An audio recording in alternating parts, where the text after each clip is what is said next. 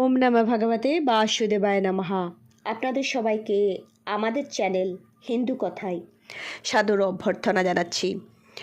আজকে যে সম্পর্কে আমরা জানবো সেটি হচ্ছে রোজ 2 মিনিট সময় বের করে যদি এটি শুনতে পারেন, জীবনের মোড় ঘুরে যাবে, আপনার জীবনের সমস্ত দুঃখ কষ্ট দারিদ্রতা মিটে যাবে, সুখ উপচে পড়বে, সমস্ত অশান্তি দূর হয়ে যাবে, ঝুট ঝামেলা মিটে যাবে।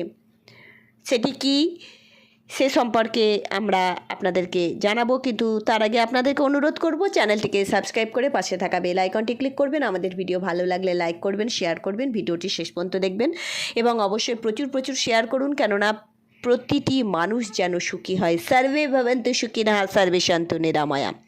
সবাই ভালো থাকুন, নিরাময় থাকুন, নিরোগ থাকুন, এটি আমরা কামনা করি।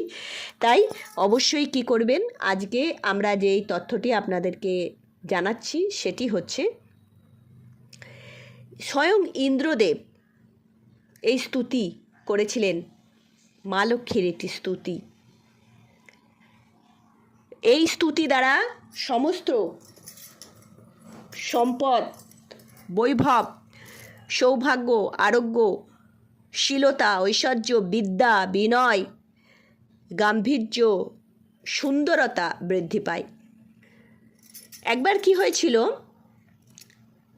স্বয়ং ইন্দ্রদেব, দেবরাজ ইন্দ্র তার প্রিয় বাহন ঐরাবত হাতির উপর উঠে ভ্রমণ করছিলেন। সেই সময় দুর্বাসা মুনির সাথে রাস্তায় তার দেখা হয়। দুর্বাসা মুনি আশীর্বাদ স্বরূপ নিজের গলা থেকে একটি মালা খুলে ইন্দ্রদেবের দিকে ছুঁড়ে দেন আশীর্বাদ স্বরূপ। ইন্দ্রদেব সেটি কি করেন, সেটি নিজে না পড়ে, আশীর্বাদ হিসাবে গ্রহণ না করে তার প্রিয় বাহন ঐরাবতকে পরিয়ে দেন। ঐরাবত তো হাতি, তার অত তো বোঝার ক্ষমতা নেই যে এটা আশীর্বাদ নাকি। সে কি করে, সে তীব্র গন্ধ, ফুলের গন্ধ সহ্য করতে না পেরে সেটাকে সুর দিয়ে তুলে রাস্তায় ফেলে দেয় এবং পায়ে করে মারিয়ে দেয়। এটা দেখে তো দুর্বাসা মুনি খুবই রেগে যান এবং বলেন যে স্বয়ং ইন্দ্র, তুমি এতটাই অহংকারী, এতটাই ঐশ্বর্য তোমার মধ্যে আছে ভেবে তুমি আজকে কি করলে জানো? এই যে তোমাকে মালাটা প্রদান করেছিলাম, এটি সামান্য মালা ছিল না, এটি স্বয়ং মা লক্ষ্মীর বাসস্থান ছিল, এখানে মা লক্ষ্মী বাস করেন। সেই মালা তুমি অবজ্ঞায় ফেলে দিলে মাটিতে, দেখো তোমার কি হয়। এই বলে তিনি শাপ দিলেন যে তুমি যে তিন লোকের যে রাজা, সেই 3 লোক তোমার শ্রীহীন হয়ে যাবে, ভাগ্যলক্ষ্মী চলে যাবে, সেখান থেকে মা লক্ষ্মী অন্তর্হিত হয়ে যাবেন।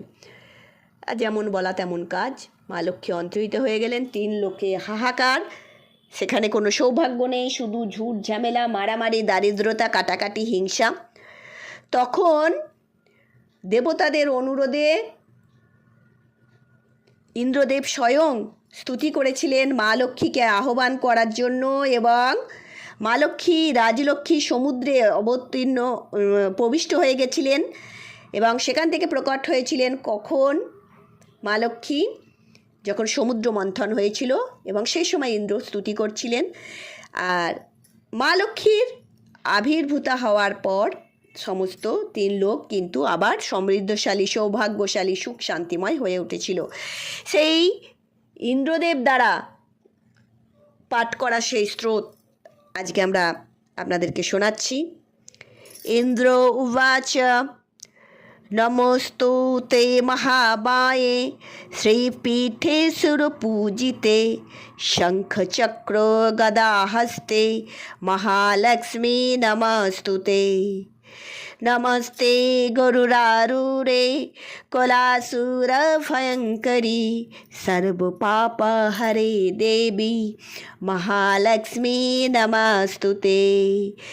सर्वज्ञे सर्ववरदे देवी सर्वदुष्टभयङ्करी सर्वदुःखहरे देवी महालक्ष्मी नमस्तुते। सिद्धिबुद्धिप्रदे देवी भुक्तिमुक्तिप्रदायिनी मन्त्रपूते सदा देवी महालक्ष्मी नमस्तुते।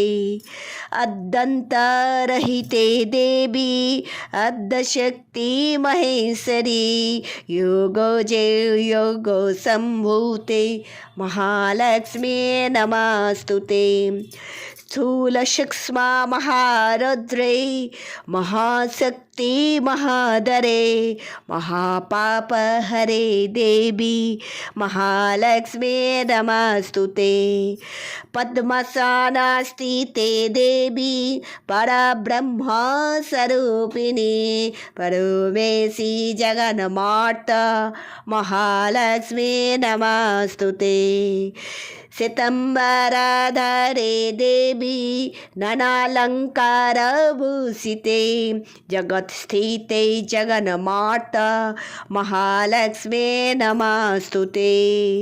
महालक्ष्म्याष्टकं स्तोत्रं या पठेद्भक्तिमान् नरः सर्वसिद्धिं वाप्नोति राज्यं प्राप्नोति सर्वदा। एककाले पठे नेतां महापापविनाशनां द्विकालं या पठेनेतां धनधान्यसम्पन्निताः त्रिकालं या पठेनेतां महाशत्रुविनाशनां महालक्ष्मीर्भवेनेतां प्रसन्नवरदा शुभा। ॐ पद्मदैवै नमः। ॐ पद्मलाया दैवै नमः। ॐ पद्मवनवासिनी दैवै नमः। ॐ श्रीदैवै नमः। ॐ कमलदैवै नमः। ॐ हरिप्रिया दैवै नमः। ॐ इन्दिरादैवै नमः। ॐ रामादैवै नमः। ॐ समुद्रतनया दैवै नमः। ॐ भार्गवी दैवै नमः। ॐ महालक्ष्मी नमः। ॐ महालक्ष्मी नमः। ॐ महालक्ष्मी नमः।